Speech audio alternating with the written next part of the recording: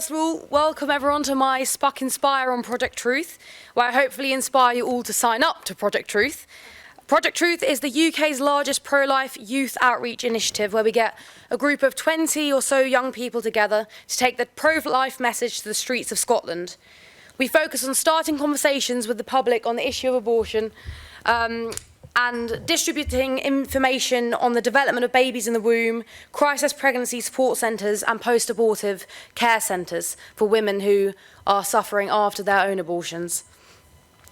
Given that most abortions take place before 10 weeks, that's where we focus our discussions. And you'd be surprised that a lot of people actually are clueless on the development of a baby. So they come in raging with these strong opinions about abortion, but when you break down these different stages of development and ask them where they think that life begins, they completely change their tune.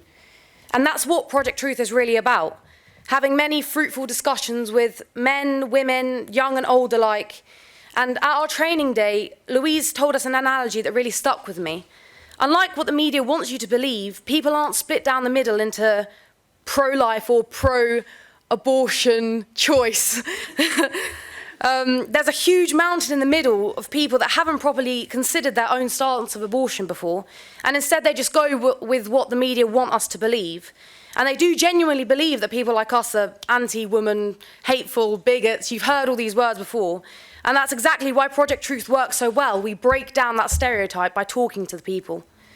And I spoke with many women who felt at the time that abortion was their only option, men who felt pressured into remaining silent on this human rights issue because they don't have a uterus, and aunties, grandfathers, friends of people who have had to suffer through an abortion. And throughout the entire week, we must have handed out hundreds of leaflets offering free support for women in crisis pregnancies, as well as women who'd previously had an abortion and were suffering silently. And remember that there's a lot of hurt surrounding abortion. We learned yesterday that 15% of all women have felt coerced into an abortion. And that's a lot of hidden trauma and pain just walking around on the streets around us. And that gets masked by anger. And there were so many cases of women seeing our stand, coming over very angrily, getting the chance to talk to us, and then actually reaching common ground with us. And I learned that just as the media portray a very small minority of pro-lifers, it also shows a very small minority of pro-choicers. And the majority of the public are confused and ill-informed on the detrimental effects abortion has on everyone. Basically, Project Truth is just a huge adventure around Scotland with lots of young, like-minded people.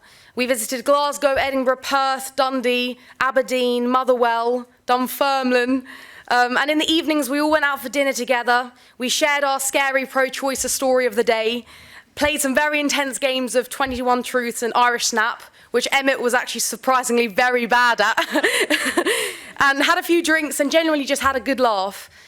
It was such a fun, fulfilling experience where I made many lasting friendships, and I think that as a team, we genuinely did have a positive impact on more people than we could ever imagine. And I'd just like to finish with a positive message.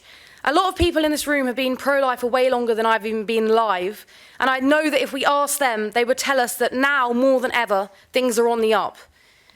The mountain in the middle that I was talking about earlier, that 80% of people, that mountain is moving. People are waking up to this. Not only are major public figures prepared to come out and take a stand, but the overturn of Roe v. Wade has brought the issue into light again, and the majority of people who've accepted the media's narrative on abortion are starting to question it. And that is the inertia we need to end this once and for all. The pro-choicers aren't inspiring anyone. Their movement isn't really growing, and in fact, they're starting to argue against each other about different issues. Well, if you look around, we're inspiring each other, and we are growing. Look how many young people have collected here for this weekend, and if you need even more convincing, look at the major turnout of the March for Lives all around the world, and come to the one on the 2nd of September this year. Keep fighting for life. It's going to be tough, there's no doubt about that. You're going to lose some friends, you're going to have nasty things written about you on social media. But never forget that we're standing with God, we're standing with the truth, we're standing with our unborn brothers and sisters. So if you've been waiting for a chance to put pro-life into action and make a real difference, even if it's just with one mother, one father, family member affected by abortion, go and sign up for the Project Truth 2023 at the stand over there, and I'll see you there next year. Actually, no, this summer. I'll see you there this summer. Thank you very much for listening.